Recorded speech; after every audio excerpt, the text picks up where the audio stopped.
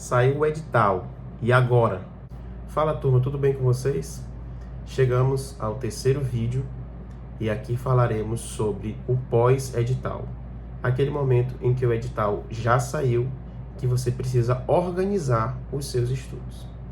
Não se esqueça, se você ainda não assistiu o vídeo 1 e o vídeo 2, pare esse vídeo aqui, dá uma conferida lá, depois retorna. Eu vou deixar o link dos dois vídeos aqui na descrição desse vídeo.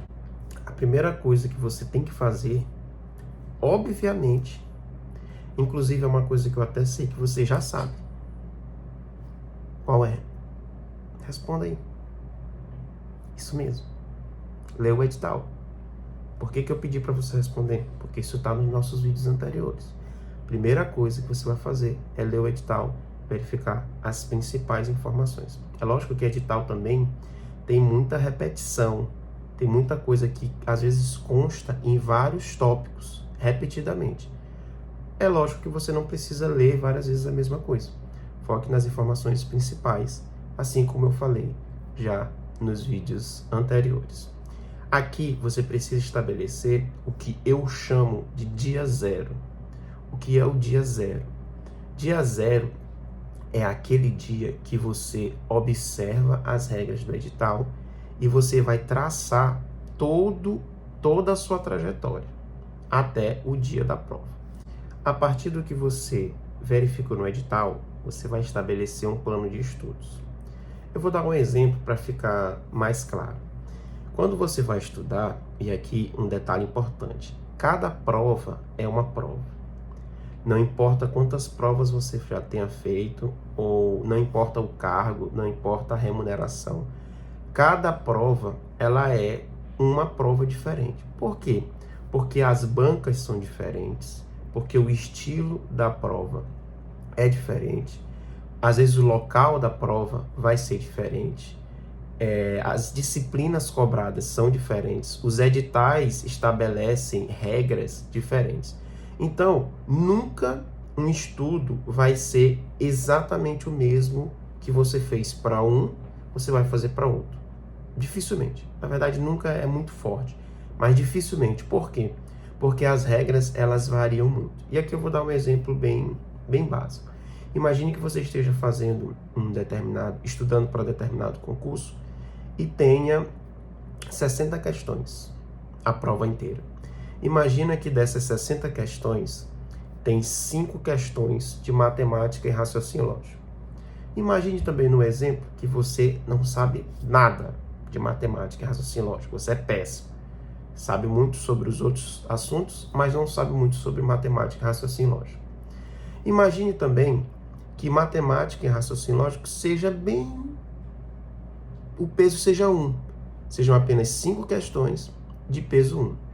Enquanto as outras disciplinas têm peso 2.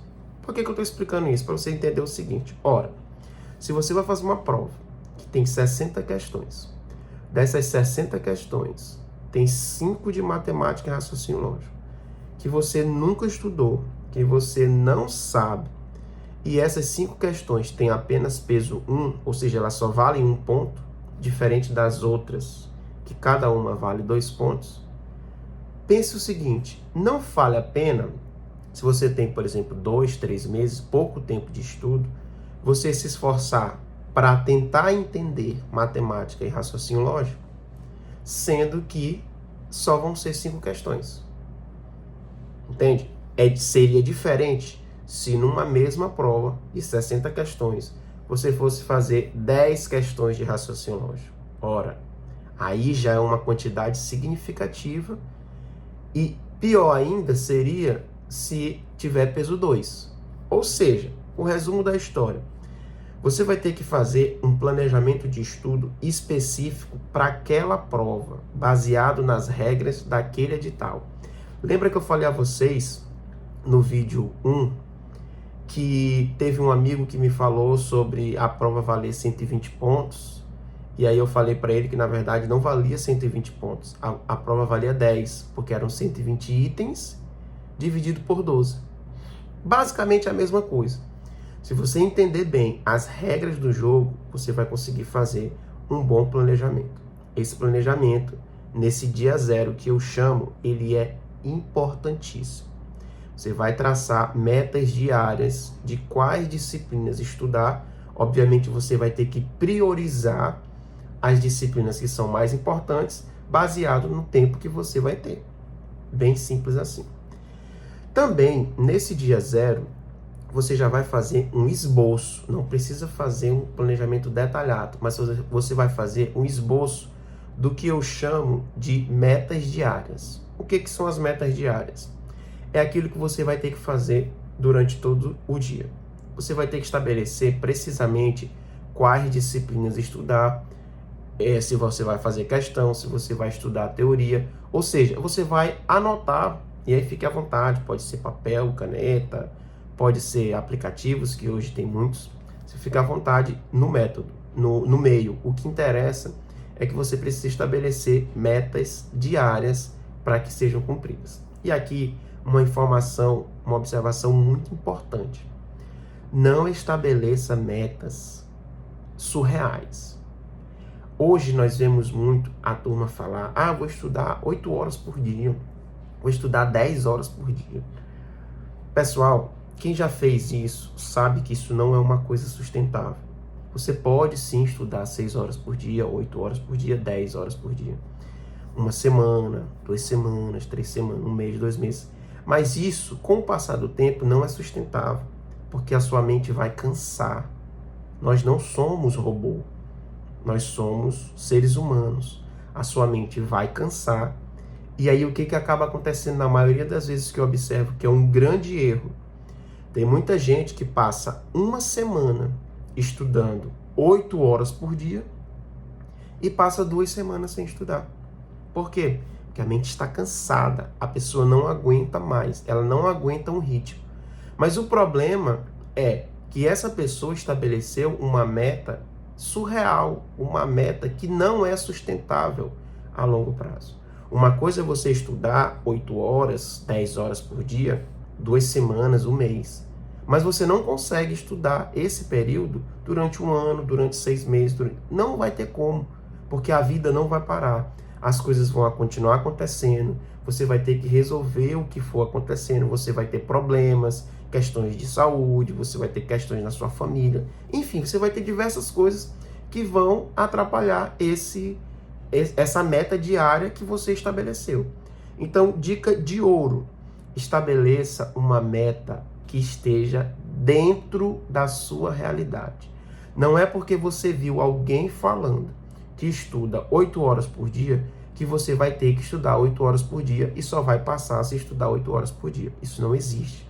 Não existe essa ideia de que para você passar, você tem que estudar tantas horas. Tirem isso da cabeça de vocês. Isso é furada. Digo para vocês sem medo de errar. Estabeleça regras pequenas. Se você estabelece, digamos, 1 hora, você cumpriu a sua meta diária e tem mais tempo, estude mais tempo. É melhor você estabelecer uma meta pequena e fazer mais do que você estabeleceu, do que você estabelecer uma meta muito alta e não conseguir cumprir. Por quê? Quando você não cumprir uma meta, você vai se sentir fracassado. Você vai sentir que não deu conta. E essa é uma sensação muito ruim na preparação para os estudos. Não apenas porque você não alcançou o resultado que você queria, não apenas porque você não terminou aquele conteúdo, mas porque isso vai afetando psicologicamente a pessoa. Um outro ponto que você vai já criar um esboço, eu chamo de plano de prova. Não se perca, você vai ler o edital. Isso tudo está no dia zero. Você vai ler o edital, verificar as principais informações, vai estabelecer o seu plano de estudos, que é aquele plano macro. Você vai estabelecer as principais disciplinas, etc. Você vai estabelecer as metas diárias, que é aquilo que você vai fazendo dia a dia, e você já vai fazer um esboço do plano de prova. O que é isso? O plano de prova é a sua estratégia para ser executada no dia da prova. Vou dar alguns exemplos do que isso envolve. Ordem de questões. Então, responder as questões em uma determinada ordem. Isso parece uma coisa muito simples, mas não é. Eu vou dar um exemplo para vocês. Se você começa a responder uma prova e você lê as 5 primeiras questões e você não sabe nenhuma, isso já dá um desespero. Imagine, você estudou tanto, você lê as 5 primeiras questões e não sabe a resposta de nenhuma. Ou tem aquela sensação de que não estudou isso. Isso vai te afetar emocionalmente, psicologicamente. E aí o que vai acontecer? Quando você lê as próximas questões, que são questões que você sabe, questões que você estudou, você vai estar com a moral lá embaixo. Você vai estar desanimado. Isso vai afetar teu rendimento. Então perceba que a ordem na qual você vai fazer as questões, ela vai influenciar talvez todo o seu desempenho naquela prova. O que eu oriento, que eu acho que é mais salutar? Responda primeiro as questões daquilo que você tem mais conhecimento, daquilo que você sabe mais. Porque a partir disso, você vai conseguir responder boas questões, uma quantidade boa de questões, e depois, quando você se deparar com algumas questões que talvez você não saiba, você já vai estar mais tranquilo, porque você vai ter na cabeça que já acertou as outras. Percebe? Esse contexto, ele é muito importante no dia da prova, porque lembra, você está nervoso, você está ansioso. Se você começar por assuntos que você não sabe, ou se você começar por assuntos que você pouco estudou, provavelmente você já vai ter um baque inicial e aí o restante da prova vai ficar comprometido. É lógico que eu preciso dizer aqui para vocês que isso é uma coisa muito pessoal. Vai depender de qual tipo de disciplina você gosta mais, vai depender do tipo de prova que você está fazendo, vai depender de vários fatores. Mas uma regra que eu posso dar, que vai abranger todos os casos, é o seguinte: tente trilhar o caminho em que você vai diminuir a sua ansiedade, principalmente no começo da prova. Porque no começo da prova é o momento mais tenso. Nesse primeiro momento, foque naquilo que você já sabe, naquilo que você tem confiança, responda essas questões com segurança, com firmeza e depois caminhe para as outras questões. Um outro exemplo aqui do que eu posso falar, que é extremamente importante, já para ser estabelecido no seu plano de prova, é, dependendo da banca, como que você vai ler os enunciados da questão. E aqui eu vou dar um exemplo bem tranquilo. Existem questões que têm um enunciado gigantesco, mas quando chega lá na pergunta, a pergunta é direta. Eu vou dar um exemplo aqui para você entender. A FGV gosta muito de fazer isso. Ela traz um texto desse tamanho. Se você for ler aquele texto, vai dizer: João, casado com Maria, fez um contrato e depois de tantos dias, dia 24 de maio, celebrou esse contrato. No dia 30 de junho, quebrou o contrato e depois se incidiu os juros. Depois disso, vai estabelecer um monte de informações. Aí quando chega lá embaixo, no comando da questão, a questão diz, por exemplo, assim: acerca dos contratos, responda conforme o Código Civil. Ora, perceba que todo o enunciado da questão foi perda de tempo. Então, assim, em muitos casos isso acontece. Se você for parar para ler a questão inteira, todo o enunciado, não vai dar tempo.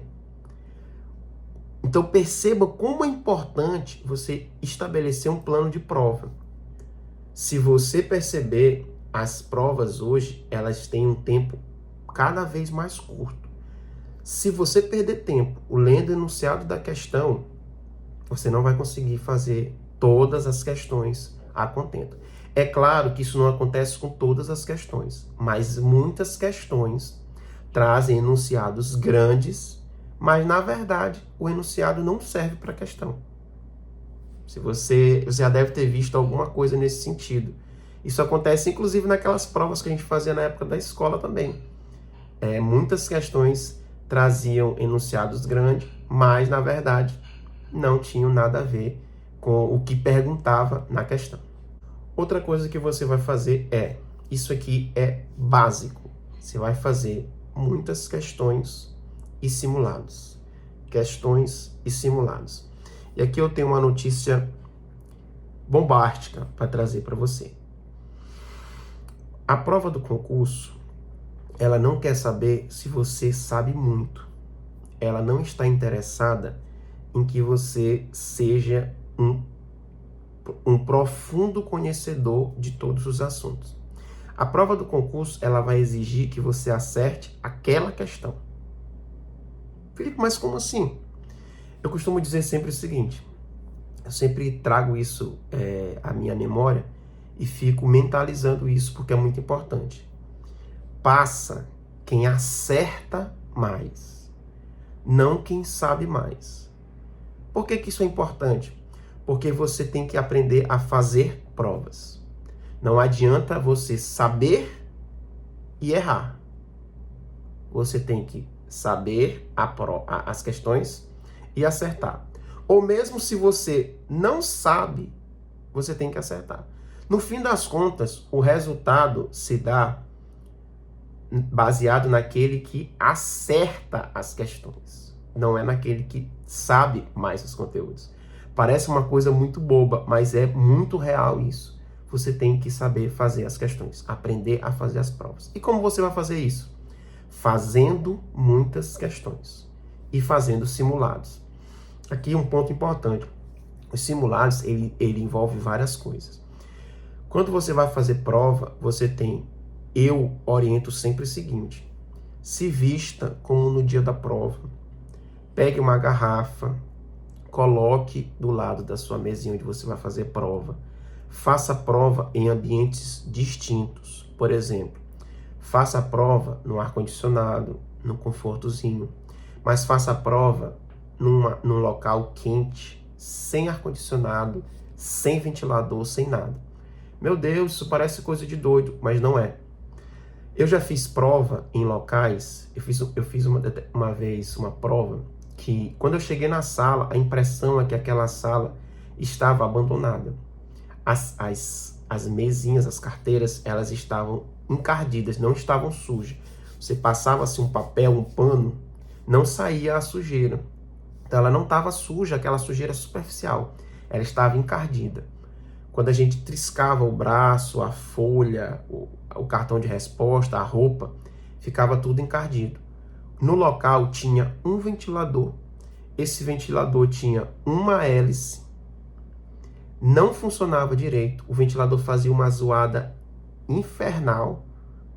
E a gente teve que fazer a prova naquelas condições. Por que eu estou contando isso? Para você entender que você tem que simular fazer provas em diversos tipos de ambiente, porque tudo isso vai influenciar no resultado. Ah, mas eu vou fazer uma prova, mas eu acho que vai ser no ar-condicionado. Tudo bem. Treine também no ar-condicionado, porque pode ser que no dia esteja fazendo muito frio. Assim como muito calor é ruim, suar, pingar é ruim, muito frio também pode ser ruim. Tem gente que não gosta do frio, então simule também fazer provas. Quando você estiver fazendo simulado, simule ambientes de muito frio. Use um casaco, use uma roupa mais quente, para você ambientar e acostumar o seu corpo a essas diversas situações.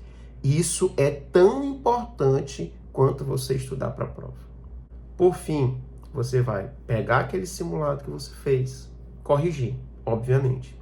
Mas lembrando, como eu já falei em vídeos anteriores, não é apenas para você virar um estatístico de carteirinha. Ah, eu estou fazendo 70%, 60%, 80% da prova. Não é essa a ideia.